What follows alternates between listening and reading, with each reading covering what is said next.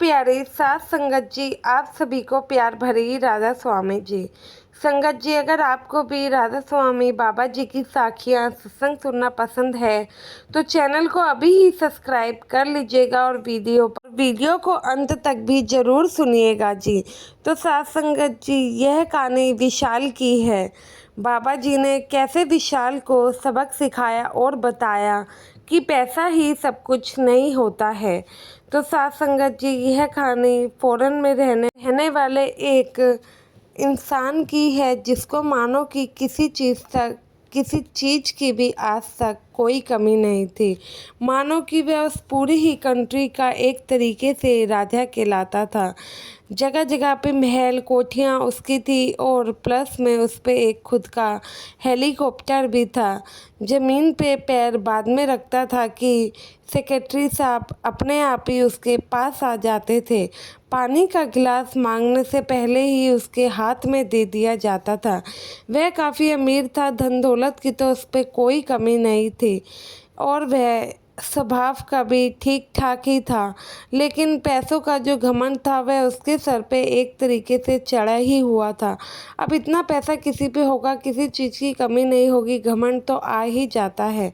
वह अक्सर दूसरों की मदद करता तो अपने आप को बहुत बड़ा ही समझता। पैसों की तो सब कमी नहीं थी, सब कुछ था। आसपास के जो रिश्तेदार थे वह भी उससे अच्छे से बात करते थे और वह यही समझता था कि उस व्यक्ति का स्वभाव काफ़ी अच्छा है, इसलिए जो कि आसपास के पड़ोसी या फिर उसके रिश्तेदार हैं, उसका जो कि खुद का ड्राइवर भी उससे काफ़ी अच्छे से बात किया करता था। मीठी बोली से ही वह उस अरबपति से बात किया करते थे और जो कि अरबपति विशाल था वह भी सबको अच्छा ही समझता था, लेकिन वह नहीं जानता था कि जो लोग उससे अच्छे से बात करते हैं वह सिर्फ धन दौलत के लिए ही उससे बात करते हैं, पीठ पीछे तो उसकी बुराइयां ही करते हैं। जब विशाल से सब अच्छे से बात करते तो विशाल भी सबकी भरपूर मदद करता। अपने ड्राइवर को भी उम्मीद से कई ज़्यादा की सैलरी और घर उसने प्रोवाइड करवा रखा था ताकि उसको भी किसी प्रकार की दिक्कत ना हो। लेकिन अब जो कि विशाल है वह एक पूर्ण सद्गुरु की तलाश में था, जिसके लिए वे अलग अलग तीर्थ स्थल पे जाना, मंदिरों पे जाना, बड़े बड़े साधु संतों से मिलना, यह सब करता रहता था। उसको किसी चीज़ की कमी नहीं थी तो हर जगह पैसा देके पहुंच जाया करता था। पैसा देके किसी भी मंदिर में वीआईपी एंट्री ले लेना, पैसा देके किसी भी साधु संत का समय अपने लिए ले लेना, फिर उससे ज्ञान की बातें अपने लिए पूछना, यही सब उसका काम था। लेकिन जो वह साधु संतों के पास जाता वह भी पैसे के लिए ही इनको झूठ झूठ बता दिया करते। पर विशाल समझ चुका था जिस चीज़ की वह तलाश कर रहा है वह अभी तक उसकी तलाश अधूरी ही है। अब एक दिन ऐसा समय आता है कि विशाल का ड्राइवर उसके पास आके 5-6 दिन की छुट्टियां मांगने लगता है। जब विशाल का ड्राइवर 5-6 दिन की छुट्टियां मांगता है तो विशाल उसका कारण पूछता है तो वह उसका ड्राइवर बताता है कि साहब, मेरी बीवी सत्संगी है, तो हमारे जो बाबा जी हैं वे साल में एक बार ही फ़ॉरेन शहर में संगत को दर्शन देने आते हैं। मैं आपसे छुट्टियां इसलिए मांग रहा हूं क्योंकि अब आने वाले दिनों में बाबा जी आ रहे हैं, जिसके लिए मेरी बीवी पहले ही सत्संग घर में जाकर बाबा जी के लिए सेवा करके तैयारियां करना चाहती हैं और मुझे उसको लेकर ही जाना पड़ेगा। तो जब वह थोड़ा सा ये सब ड्राइवर के मुंह से सुनता है तो उसे थोड़ा सा अटपटा लगता है। अब वह कहता है कि कौन ऐसा गुरु है जो कि साल में एक बार ही आता है।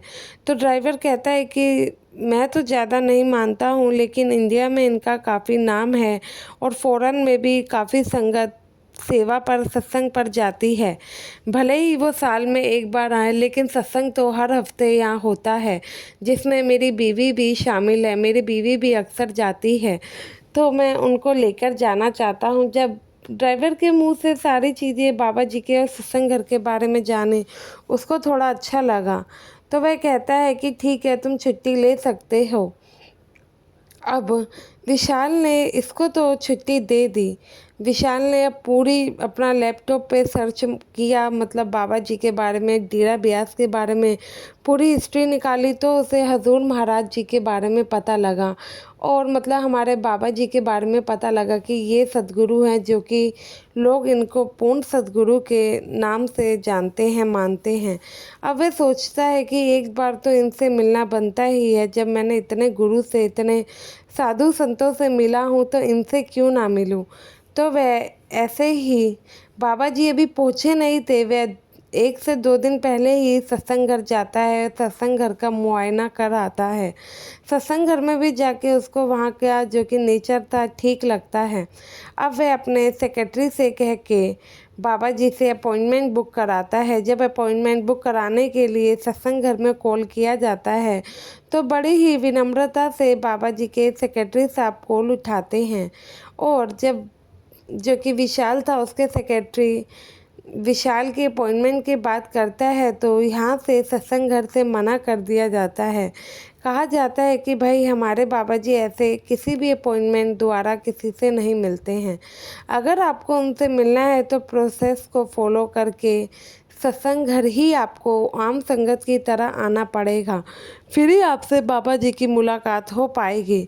जब यह सब बातें विशाल सुनता है, तो मानो उसको तो और ही ज़्यादा गुस्सा आने लगता है। कहता है कि ऐसा कौन सा गुरु है जो कि मेरी धन दौलत के बारे में नहीं जानता है और मुझसे मिलने के लिए मना कर रहा है। अब सत्संग घर आने का भी समय आया, बाबा जी आ चुके थे। विशाल आया, सत्संग सुना। अब सत्संग सुनने के बाद वह सेवादार के पास गया, सेवादार के पास जाता है, तो पापा जी से मिलने की डिमांड कर देता है, तो सेवादार मना कर देते हैं। लेकिन काफ़ी जिद करने लगता है, बहस करने लगता है कि तुम मुझे जानते नहीं हो, और भी काफ़ी बातें। तो फिर ये सब कहने पे सेवादार कहते हैं कि हम बाबा जी से पूछ सकते हैं कि वे आपसे मिलना चाहते हैं या नहीं, हम तभी बता पाएंगे। बाबा जी के पास इस आदमी का संदेशा भेजा जाता है, तो बाबा जी हामी भर देते हैं। बाबा जी के पास जब ये व्यक्ति पहुंचता है, तो एकदम बाबा जी का चेहरा देखकर मौन खड़ा रहता है, निशब्द हो जाता है। मानो कि जितना इनकार, जितनी बातें मन में लेके आया, सब ही सब यहीं पर धरी की धरी रह गई। बाबा जी पूछते हैं कि भाई मैं किस प्रकार आपकी मदद कर सकता हूँ।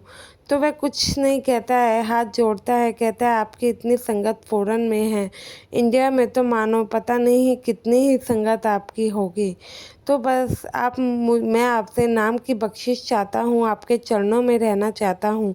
बाबा जी उसके अंदर के अहंकार तो जानते ही थे, तो वह अपने मन जो कि उसके मुंह पे था वह बोल ही देता है कि मेरे पे बहुत ज़्यादा धन दौलत है, आप जहाँ कहोगे मैं वहाँ पैसा देने के लिए, जितनी ज़मीन कहोगे मैं उतनी ज़मीन देने के लिए तैयार हूँ, बस मुझे अपने चरणों में जगह दे दो, अपनी शरण में ले लो। तो बाबा जी कहते हैं कि ठीक है, मैं तुम्हें नामदान देने को तैयार हूँ, लेकिन तुम्हें मेरी 2 बातें अच्छे से माननी होगी। अगर तुम 2 बातें अच्छे से मान लोगे, तो तुम नामदान के लिए तैयार हो जाओगे। बाबा जी फिर उसे एक चीज़ देते हैं, कहते हैं कि जो कि प्रसाद था। बाबा जी कहते हैं कि भाई इसे खाना, और आज कम से कम आधे से 1 घंटा मेडिटेशन पे बैठ जाना। विशाल ये बात सुनता है, तो वह कहता है कि ये कौन सी बड़ी बात है।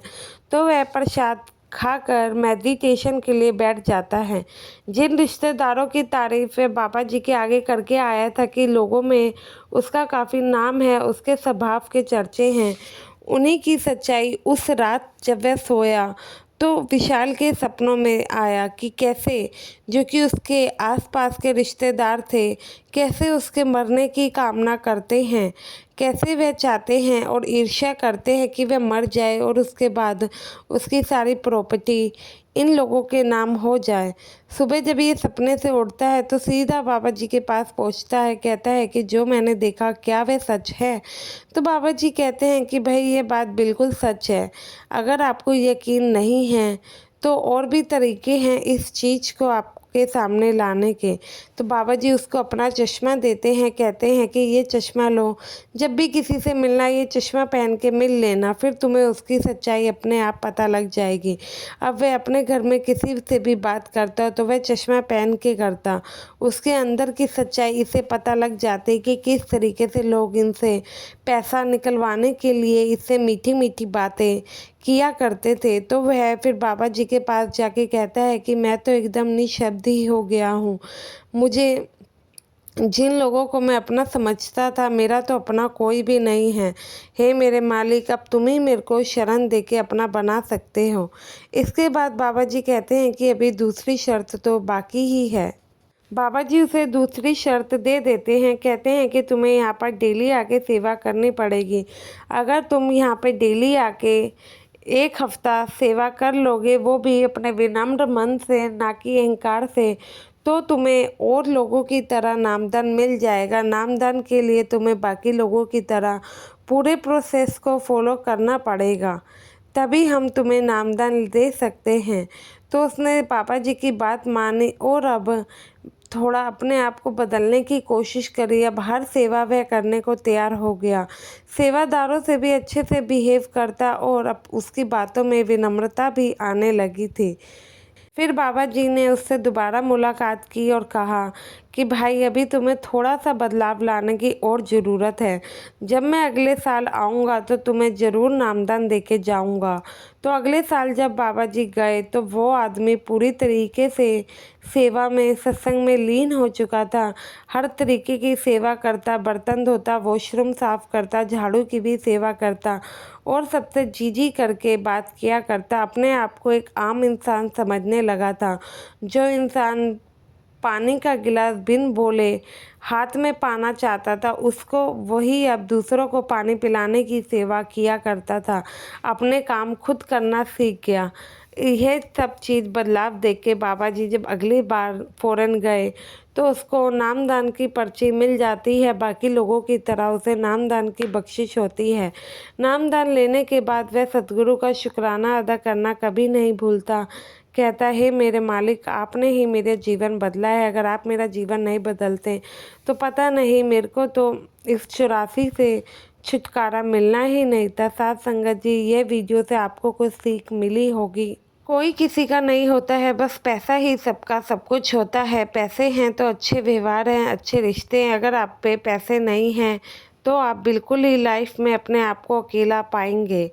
तो पैसा अगर आप पे है भी या नहीं भी है, आपको कभी भी घमंड नहीं करना चाहिए। अगर मालिक ने आपको इतना पैसा देने के लायक बनाया है तो विनम्रता ज़रूर होनी चाहिए। ये नहीं होना चाहिए कि ये काम हमारी वजह से बना है। तो आशा है ये सीख आपको भी अच्छी लगी होगी। वीडियो अच्छी लगी तो लाइक और चैनल से जुड़ने के लिए संगत के अपने ही चैनल को सब्सक्राइब भी ज़रूर कीजिएगा।